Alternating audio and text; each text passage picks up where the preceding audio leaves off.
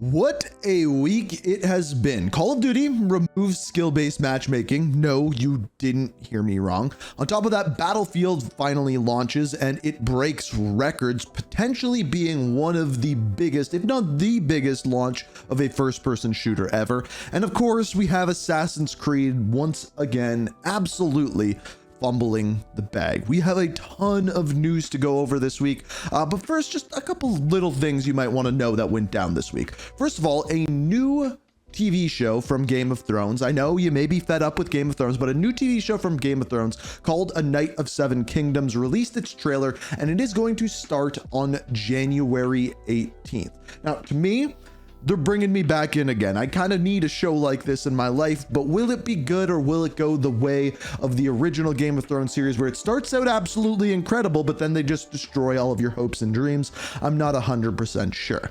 The next thing that we have is, do you remember the history that we've had with specifically Nintendo suing companies? First off, we had Pocket Pair with the game of Pal World, and lo and behold, they essentially end up releasing a game that is very similar to Pokemon with a lot of crossover between the two, and Nintendo sues them. Well, if they have a lawsuit there, they definitely have one here. You know how there's a game called Animal Crossing? Well, lo and behold, there's another one that is coming out on PlayStation called not Animal Crossing, but rather Anime Village. Now, they haven't put out any gameplay for this one as of yet, but a couple of gameplay images showcase a game which is nearly identical to Animal Crossing, and I'm sure the lawyers over at Nintendo are licking their chops at this one. Dude, are you going to get to the food news yet?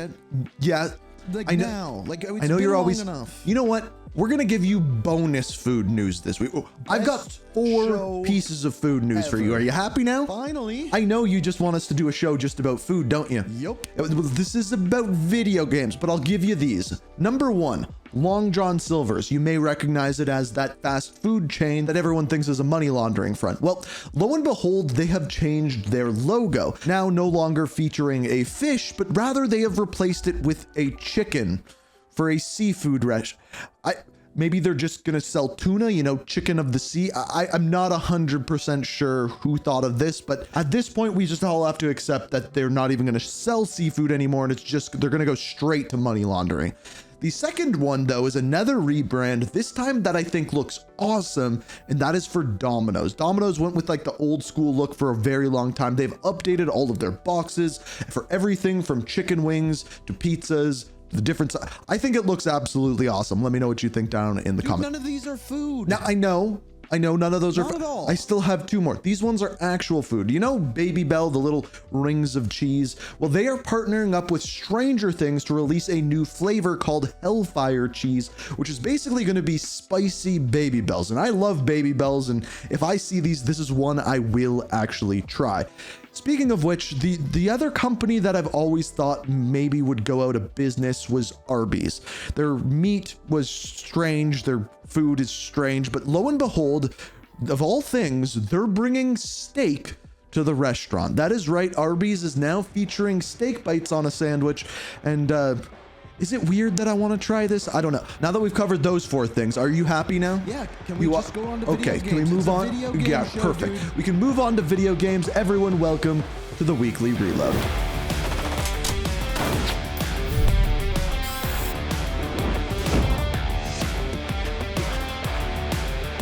Ladies and gentlemen, welcome to everyone's favorite gaming news show, which is the Weekly Reload, your weekly gaming news show that happens every single Sunday. This week is a big one, so let's start out with a big piece of news. Microsoft. You may remember last week we dove into the price hike for Microsoft and specifically for Game Pass. Well, since then, a bunch of reports have been coming out about the future of the company, and they're strange. For years, we had Xbox 360, Xbox Series S, X. Xbox was associated with the console that it created.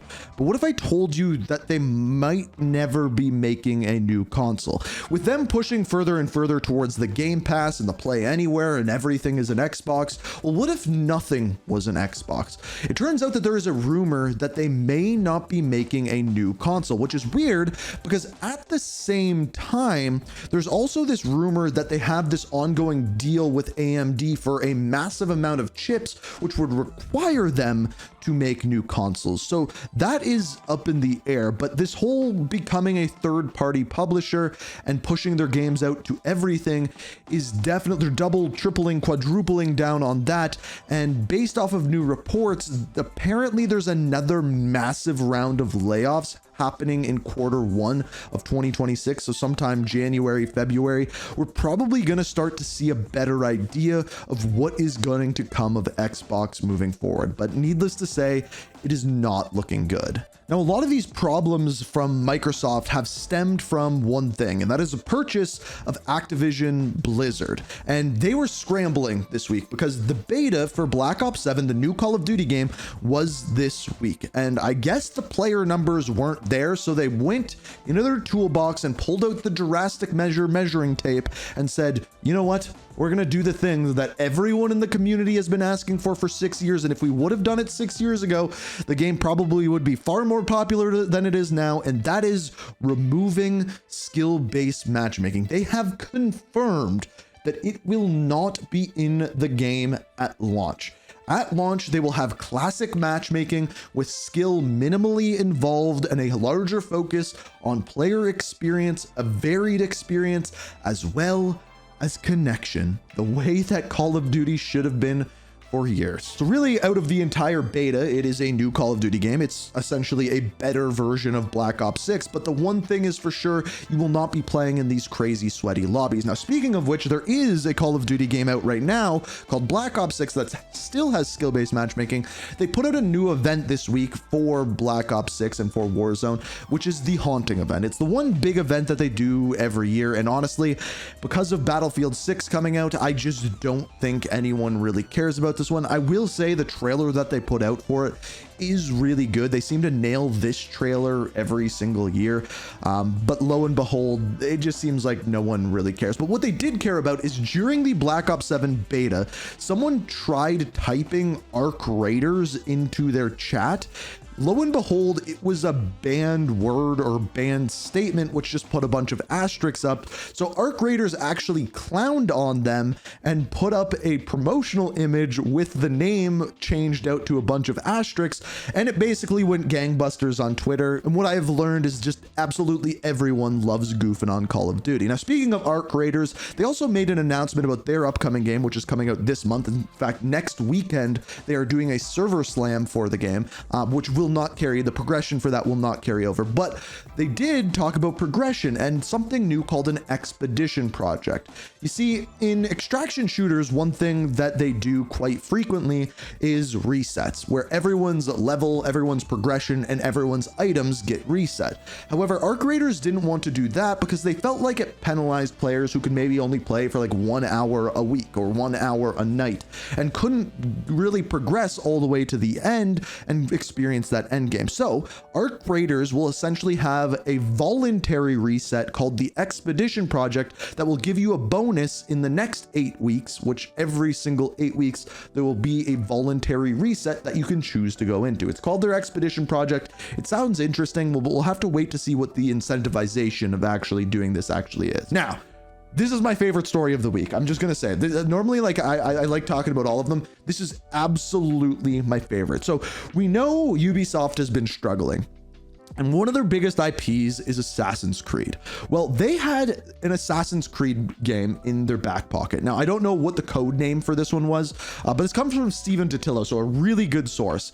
It turns out that they were working on an Assassin's Creed game that took place after the Civil War. It featured an African-American assassin who was formerly a slave, escaped from slavery, started killing slavers, and then went after the KKK. You did not hear me wrong. It sounds like the coolest damn Assassin's Creed game that would ever exist. But of course, the leadership canceled it. Why? Concerns of the US political climate, as well as the Yasuke backlash from Assassin's Creed Shadows. Someone working at Ubisoft needs to check their pulse and realize that maybe they should take in some outside opinions, because I get it, the Twitter climate and, oh, we're worried about being woke. This sounds like the coolest damn thing. Who who gets interviewed? Who would go on Twitter and be like, you know what? I'm going to side with the KKK on this. Nobody. This sounds like the coolest idea ever. But of course, they're not doing it. Maybe after they hear the community talk about it, they'll bring it out of their bag of tricks. But I really don't think so. Man, it would have been really, really cool. Now, the biggest news of the week, Battlefield 6. So first of all, the reviews are in. It's sitting at, I believe, an 83% on OpenCritic. That might change here and there as more and more reviews come out because it just came out the other day. Basically, the reviews are this. The multiplayer is really good and the campaign is just kind of derivative, plain. It almost as if they didn't fully finish it. I'm actually working on a review for it right now that will be going up on Ink Slasher. Of the campaign. It's an interesting one. I don't think it's horrible, but it's certainly not good. The multiplayer, however, people are loving. The amount of players came in and the launch of the game had over 740,000 players concurrently playing just on Steam. And when the game launched, they had a server queue, which at one point reached nearly 1 million players. For me, I was sitting at around 500,000 players when it launched. And of course, people were mad, but the server queue did go down pretty quickly. However, if you pre-ordered on, of all things, the EA Play app on PC, your game probably didn't work for the first 12 hours. Of course, that's their first party publisher. Like, it worked fine on Steam, it worked fine on PlayStation, aside from the server queue, that is.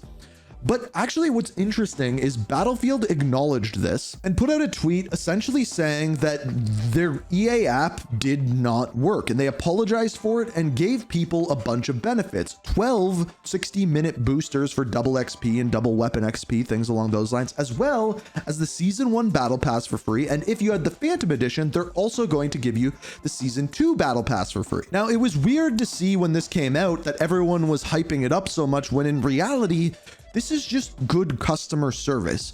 If you went to a restaurant and it took 6 hours for your meal to come out, your meal better damn well be free. And if they can't do that, they should give you a free drink and a free dessert. It's customer service, and video games so rarely do that. It was good to see Battlefield doing it and EA actually taking a step in the right direction. Maybe now that they're owned by Saudi Arabia. Now, the other game that came out this week is Little Nightmares 3, sitting at a 74% on OpenCritic. Now, as far as this one goes, they implemented co-op, which does make it more fun, same sort of spooky environments, and basically all of the reviews are kind of saying the same thing. They really played it safe with the game. They didn't kind of add to what Little Nightmares 2 was, and in a game that kind of used shock value to spook you out, this one really didn't do that. They seemingly just kind of put this one out to put another one out, and if you like the other games, you will probably like this one, but it's not going to break any ground or do anything crazy. And speaking of doing things crazy, the games that we have coming out this week. So number one, I know we were all waiting for it through the entire show. All of you were sitting there being like, when is he going to talk about it? Turns out now, on the 14th, we are getting Just Dance 2026. And as I look at this trailer and as you look at this trailer, can we all just ask ourselves, how many people are buying this game every single year? Like, personally, I don't know a single person that buys this one. Like, who's, I know I'm not the demographic for this one, but like, I don't even, is this like Long John Silver's? Are they laundering money too? And then finally, this game I am actually looking forward to. It's Pokemon ZA. Now, this is an interesting one because this is the newest Pokemon game that comes out on the 16th. This is the first game coming out that might make me buy a Nintendo Switch 2. I love Pokemon. I grew up with Pokemon. I was a Pokemon Yellow guy, just to be clear. But yeah, back in the day, I would play these games nonstop all the time, and this one is seemingly doing something different where they have like a day and night cycle, and what you do during the day versus at night is very different. You basically work through a league where you start at rank Z and you have to work your way all the way up to rank A. It's a pretty interesting system, different than anything we've ever seen before in a Pokemon game, and it might end up being the reason why I buy a Nintendo Switch 2. We'll have to wait and see though. So yes, a very busy week. The Battlefield / Call of Duty drama continues. Assassin's Creed got another stupid decision done, and Arc Raiders is looking spicy coming at the end of the month. If you guys want to stay up to date on all of this kind of news and more, make sure you hit the subscribe button, turn notifications on. We come out every single Sunday with all the biggest gaming news. And until next time, peace.